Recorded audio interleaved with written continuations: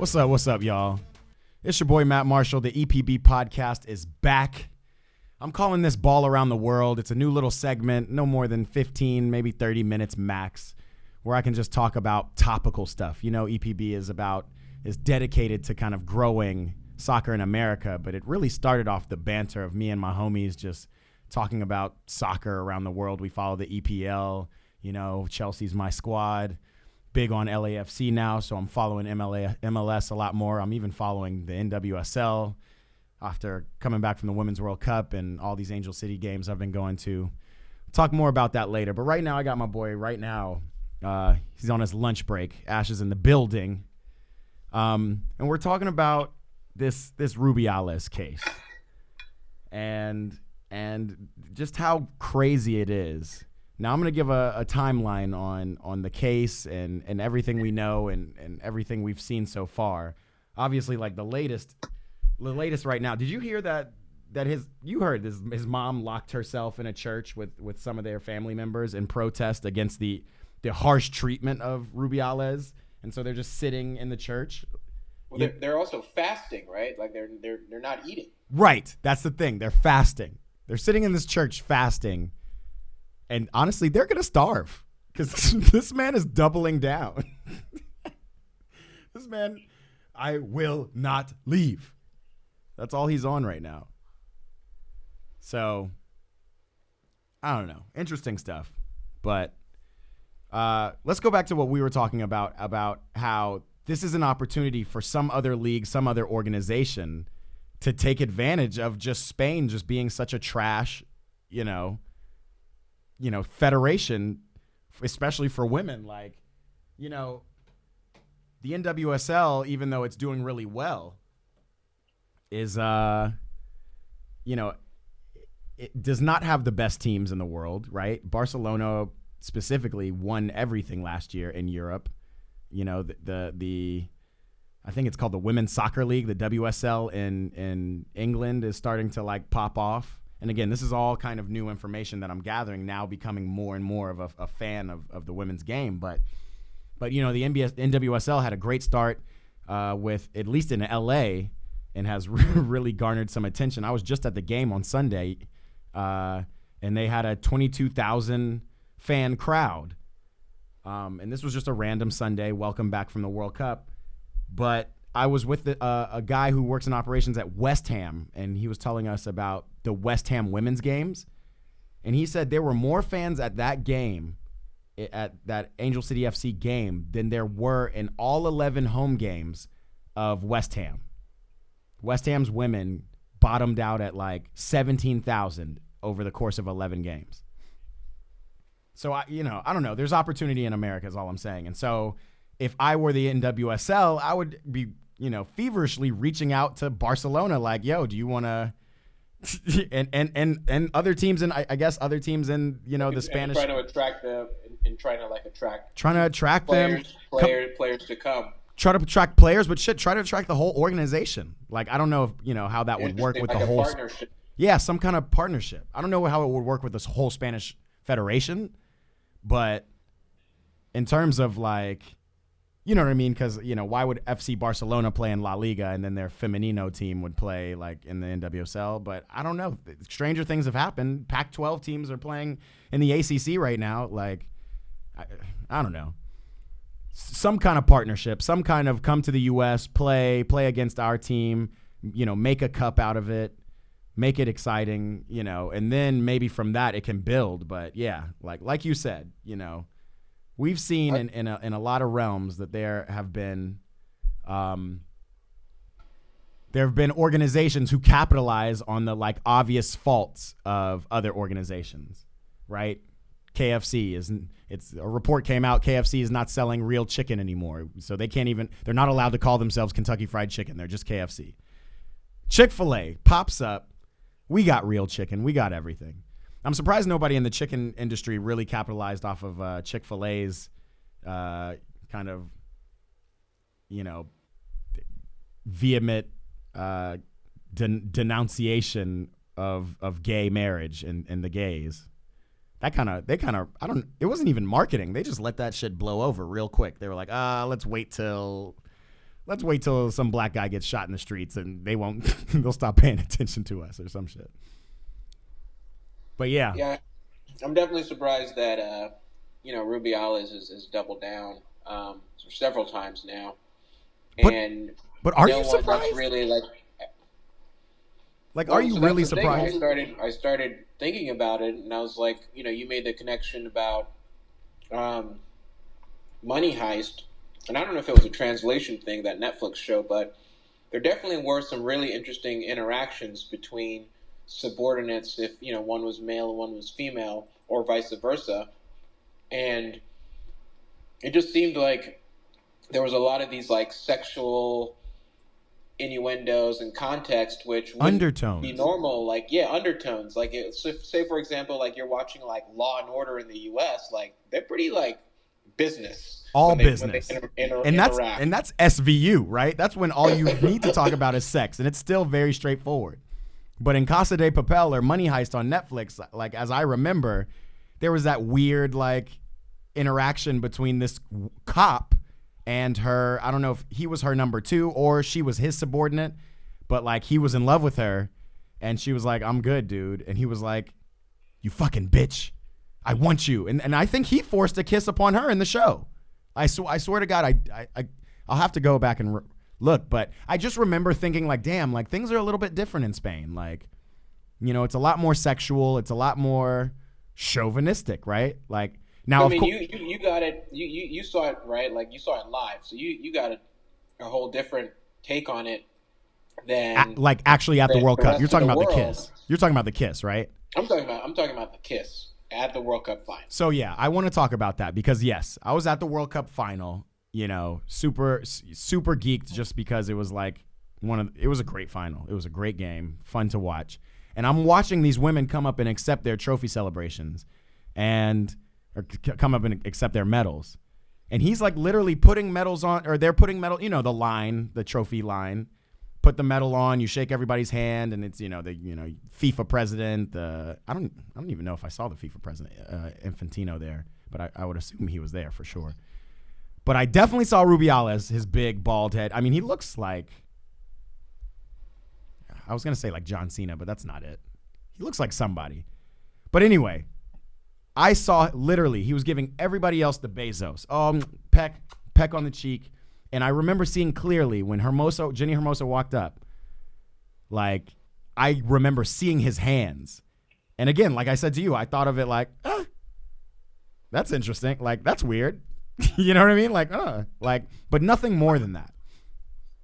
And, obviously I had known all the stuff about the head coach and George Vilda and I'll talk about that too, because that fits into the timeline of Rubiales.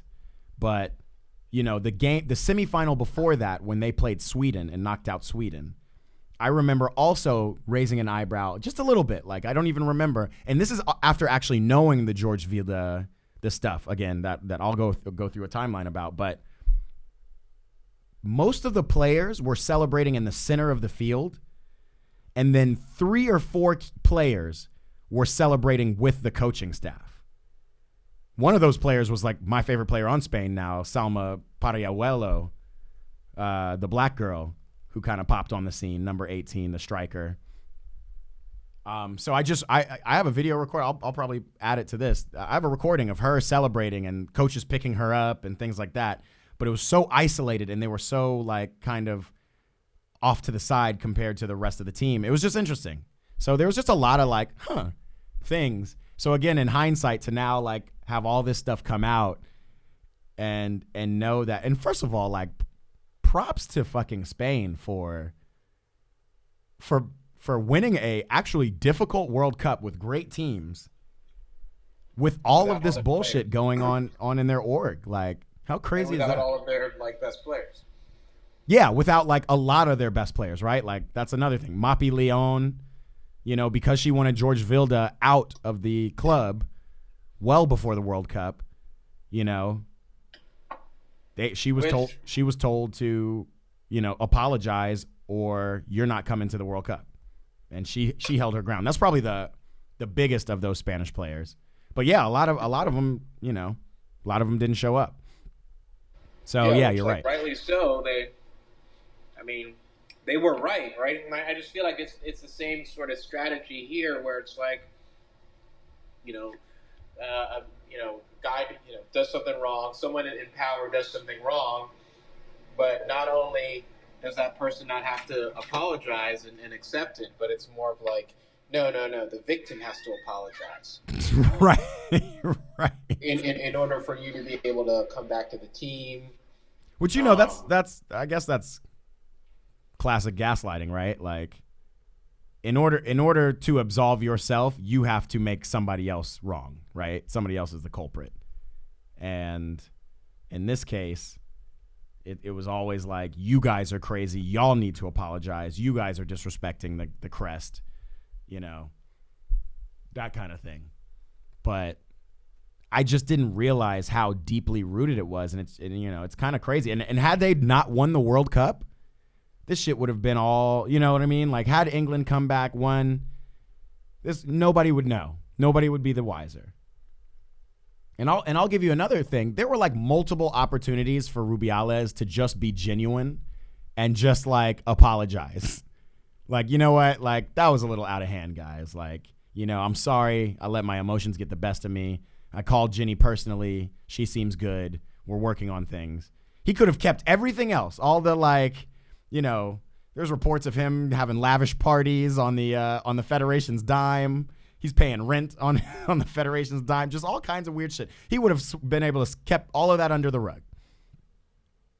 But that's what's happened. So to that point, I'll go through a quick little timeline of everything that happened. And honestly, ESPN, you just told me this, and it seems like ESPN has a really good comprehensive timeline on Rubiales, which you can go to, just type Google Rubiales ESPN timeline. But he became president of the Federation in 2018. I'm not going to go through all this stuff. I'm just going to go through kind of more of the interesting stuff, which is basically,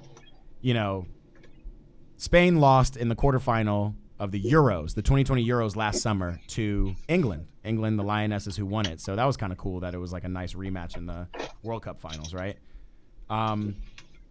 After that loss, the Spanish players who had complained before, 15 of them wrote letters to Rubiales, to the president of the Spanish Federation, to ask that their coach, George Vilda, be ousted from the program.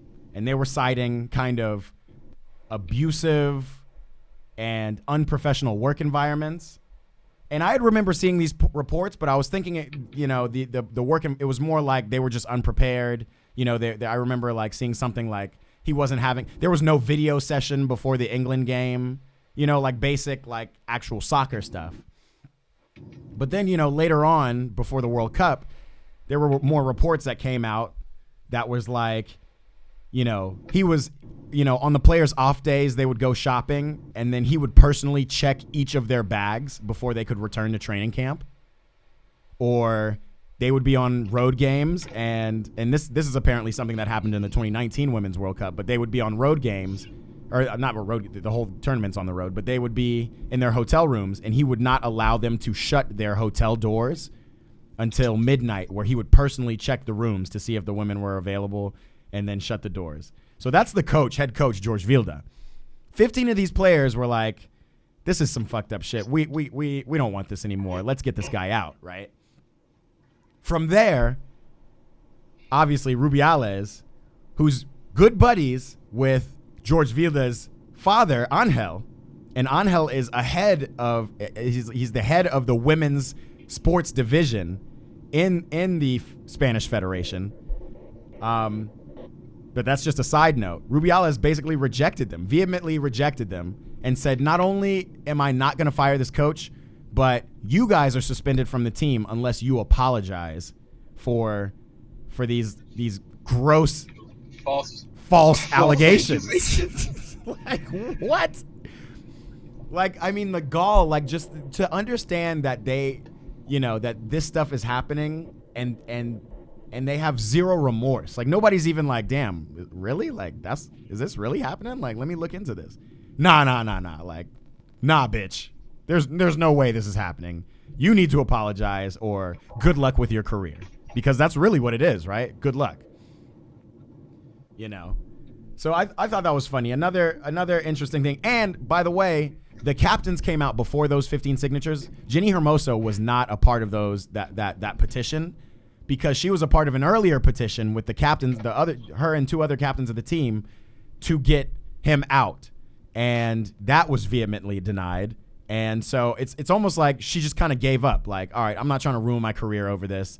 This is probably how she grew up. She knows how this works, right? You know what I mean? It's, I liken it to certain civil rights processes, right? Where, like, shit, even Muhammad Ali at one point was like, I'm a boxer, bro. Like, I'm not going to do this. And then they wanted to draft him and force him to go be in a war. And he's like, wait a minute. Like, y'all are tripping. Y'all don't even give me basic rights here. You think I'm going to do this? So that happens. The players are told they need to sign apology letters, which all but 3 did. So 12 of the 15 players did. Of the 3 players, one was Mape Leon, which was like one of the most decorated Spanish players on that Spain team. She decided, nah, like, I'm not signing nothing. Like, she doubled down, which unfortunately for her left her out of the World Cup. Everybody else, said their apologies, and only 3 of those 12 players were actually picked for the World Cup. Ona Battle, Mariona Caldenti, who was big player in that team the whole tournament, and the biggest player in that team the whole tournament, and the player who won player of the tournament, Aitana Bonmati, she ended up signing her apology letter and getting selected for the team too, which, good for her. Now she's, best player in the World Cup. But, life goes on. They continue, to go to the World Cup, and almost in spite of their coach, who is still instated by Rubiales. And like I said, I noticed that in that Sweden game that, like, it's so weird that nobody's celebrating with the coach. And then reports came out literally after that where it was like, oh, other people noticed it too, and here's why. Because, these players are still kind of like disgruntled about, the stuff that happened, about being told they needed to apologize because they complained about the coach. Regardless, the kiss happens. Spain win the World Cup. Again, I saw it live. Rubiales is giving everybody the Bezos, the 2-cheek Bezos. Congratulations. Then he grabs Ginny by her head, kisses her. Again, like, even as a spectator, I was like, huh. But, like, didn't think anything of it. And then Ginny goes on IG Live, literally, I think the same day. They're celebrating in the locker room. And she was like, I did not enjoy that kiss. I did not like that kiss. Salma Pariuelo had her IG Live up. And you know how you see these, like, celebrations. Come on now. Got people calling me over here. You see these celebrations on IG Live, like, champagne in the locker room. And obviously you just won the World Cup. So everybody is still, like, gassed. Like, again, despite all of this weird stuff that's going on, and that has been going on in the background for multiple years, everybody's gassed. And then you see not George Villa, you see Rubiales come into the locker room, and he, like, decrees, I'm going to take Ginny Hermoso to Ibiza, and I'm going to marry her. And then you just hear everybody awkwardly go, hey, and then, like, continue, like, celebrating. It was just, like, fucking weird. It was just so weird. So, I don't know, man. After that happens, obviously, there's more kind of pressure, or at least there's some social media and media pressure to go, like, hey, that kiss was kind of, like, out of pocket. Like, is anybody gonna talk about that? And so clearly that forced Rubiales to get ahead of it and push out an apology video. So he puts out this weak ass apology video, unapologetic apology video, right? And he's like, He's like, I don't know why people might be thinking this, but because it is people thinking that this could be some kind of like weird situation, I'm just going to have to go ahead and just apologize now. You know, like that's essentially what he said. It was like the weirdest thing that I don't, you know, like why would you even put that video out? Like just put a genuine video out or don't, right? So he does that. He puts out this weak ass apology video, which makes it worse, obviously, because again, he's just totally like not apologetic and doesn't care. He just kind of puts it out. Oh, I was excited. Obviously, it was just a peck. You know, the only reason I'm doing this video, I mean, he literally said it. The only reason I'm doing this is because people are construing it in a weird way and have said that maybe I should apologize. So this is an apology, right? After he puts out that video, then Jenny speaks out because now she's like, you're attacking my character. Like, what are you talking about? Like this was not consensual. This was not a peck. This was essentially sexual assault on the world's biggest stage.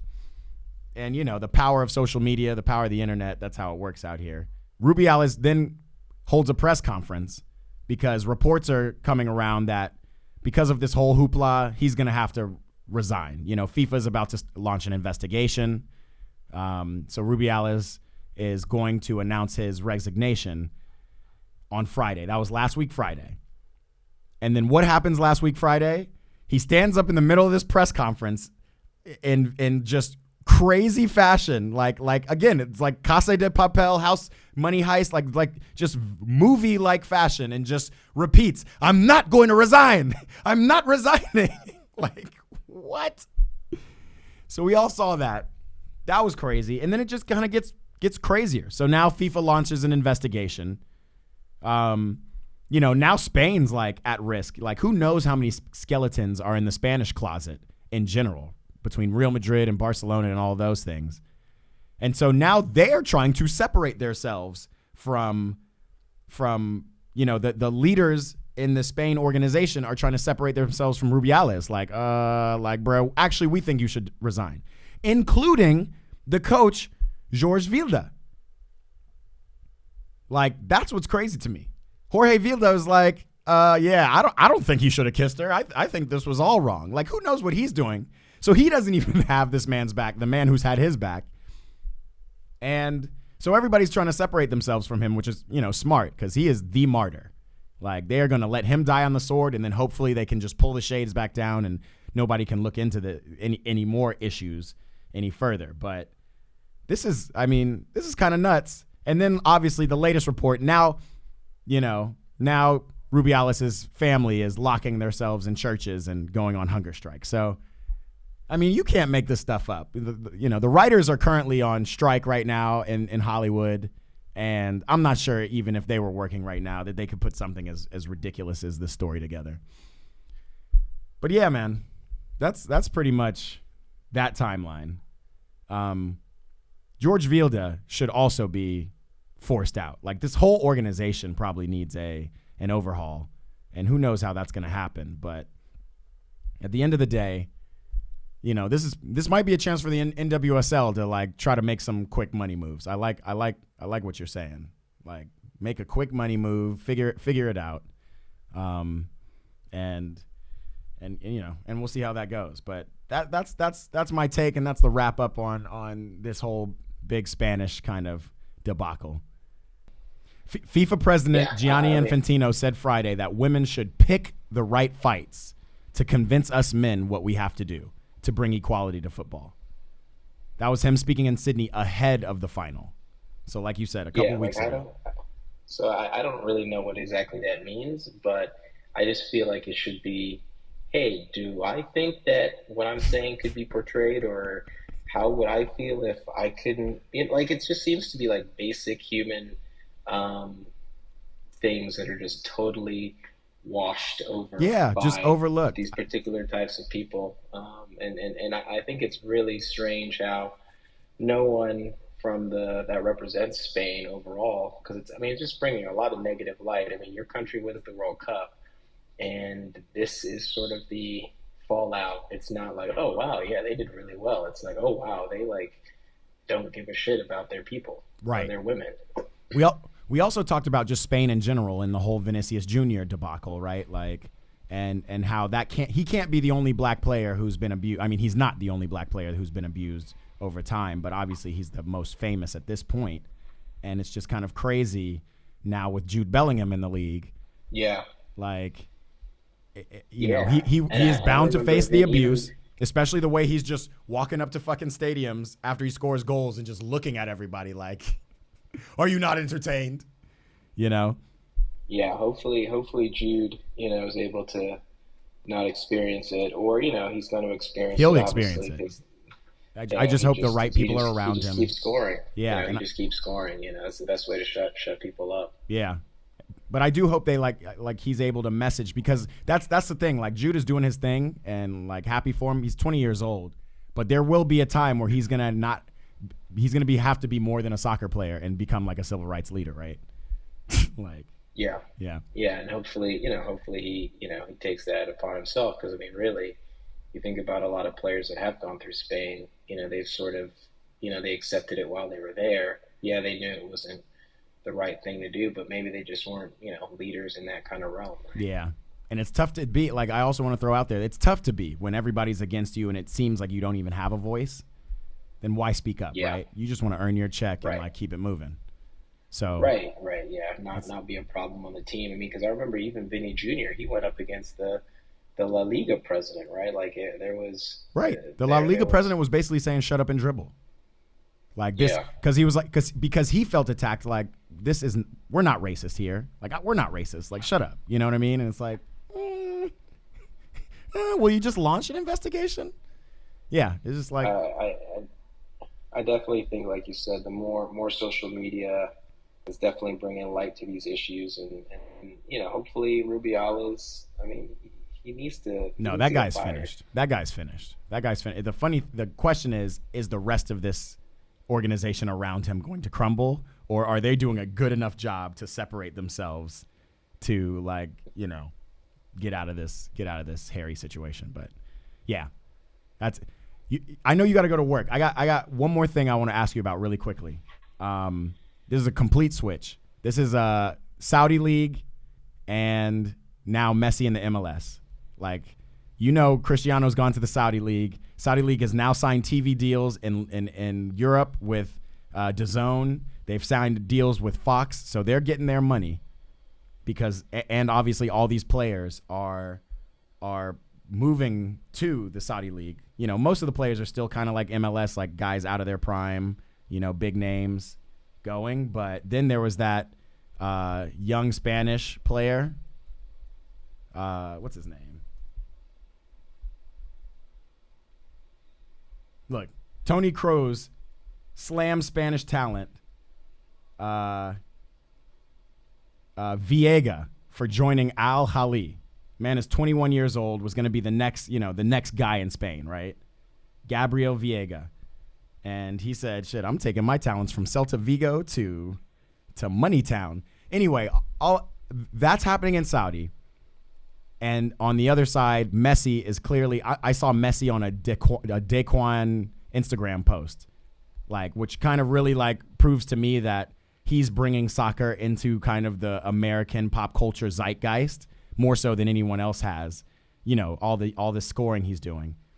Who do you think so far, because we love these Messi versus Ronaldo back and forths, and we're going to continue them until they die. Who do you think has had more of an impact on their respective leagues? Ronaldo for bringing all these guys, and I think it's Messi. I don't think it's Ronaldo. Ooh. And I'll give it to you because that Saudi money is very impactful too. It's the money. Yeah. It's the money. Like, yeah. It's not even. It's something crazy. They've got like, I want to say it's like 15 billion a year or something. No. Like, dedicated to it's like something outrageous. It's 17. I wanted to say it was 170 billion, but that feels off. I think it's 17 billion to put towards sports in general a year, right? There's something where they basically allocated a lot, like billions and billions of dollars per year to improve the game. So like, yeah, Ronaldo is definitely. I mean, like, obviously Busquets and Jordi Alba are not like getting the same sort of payday as Messi.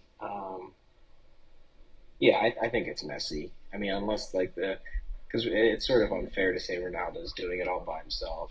Yeah, Like, I mean, no, let's be he's honest. definitely Like, back. who's running to live in Saudi Arabia? Yeah, Um, yeah. like Miami's fun, and like big difference anywhere in Saudi Arabia versus Miami. So 17 I billion a definitely, year they have to spend on all sports projects. So yeah, if well, Ronaldo all walked up and said, "I want to sports, create a crack academy right now," they would build a facility. Like, it would be nothing. Like, oh, here's 300 million. 1, 2, 3, 4. exactly. So I I think do over the think Messi's next, going to have a great effect, but I just am curious. Like, it's just been so slow. MLS has been doing exactly what Saudi's been doing for years, and obviously, you're right. It's a money thing because Saudi has now been able to just speed this shit up. But does Messi now attract more talent, like more young talent? it's more flexible on rules, right? Like we've got designated players, you've got all these hurdles that like Saudi Arabia is like, yeah, let's bring it. Like they can have, I think it's 8 foreign players per team, Yeah, that's and nuts. the Saudi sovereign fund has 5 teams, which Right, they've recently bought over the last couple of years. right. So 5 teams times 8, you're bringing in 40 players plus there's other teams like Steven Gerrard, I think, is not at one of Steven those Gerrard's playing, teams. is coaching at a team that's not in that league. So, there's probably other teams that are also like cash rich too. So you definitely are going to see a lot more players over these next couple of years. And I think really what it tells sort of the old world is like, hey, like your league, first of all these other leagues that have been stealing players from these other, poorer countries effectively, right? Like England is now a poorer country to Saudi Arabia in paying players. But Yeah. like all these other teams in Europe did that. And if a 21-year-old wants to go chase the bag instead of chase glory or whatever you want to call it, I mean, What is it's glory? just the But world we what is live in now. glory? Like when all the good players Yeah, go to the team that's like money talks, right? Like that's what Saudi kind of money realizes. talks. America's always realized this. Money talks. There would still be an ABA in American basketball if money wasn't talking, right? I mean, shit. If money wasn't talking, the USL probably would be better than the MLS. So Yeah, money wasn't talking. Yeah, money wasn't talking. Maybe more U.S. players would be playing soccer, right? So like, yeah, that's big facts too. at the end of the day, like you said, the rest of the world needs to wake up and be like, yeah, the U.S. where money talks, that's spreading pretty fast to all these other places, and so you guys got to get your shit together. Got to get your shit together. I think Spain might be the first on the chopping block as one of these top leagues that just had I it. just don't understand Spain from a financial standpoint Yeah. because like Barcelona are still Their signing biggest teams are players, but they broke. can't sign players. You're The right. biggest teams are broke. You know, Doesn't make any I don't sense. know. Let it collapse. Yeah, let it all burn. I'm sure something will come out of it. Yeah, brother. Well, I appreciate it. Get back to work. This is just a little excerpt. This is Ball Around the World. If you're listening in, appreciate you listening in. You can find us on Spotify, Apple Podcasts, anywhere you get your podcasts. But if you want to see some video, go ahead and check out this YouTube account, youtube.com/@@eat-pray-ball. We're here. Also, check out my TikTok. I'm going to be posting a lot more to the TikTok, trying to boost it. I'm trying to get to 1,000 followers so I can do this Ball Around the World live. So get me there. Get your friends. Follow me. I only need a couple hundred more, I think. Let's do it. Otherwise, we'll holler at you all later.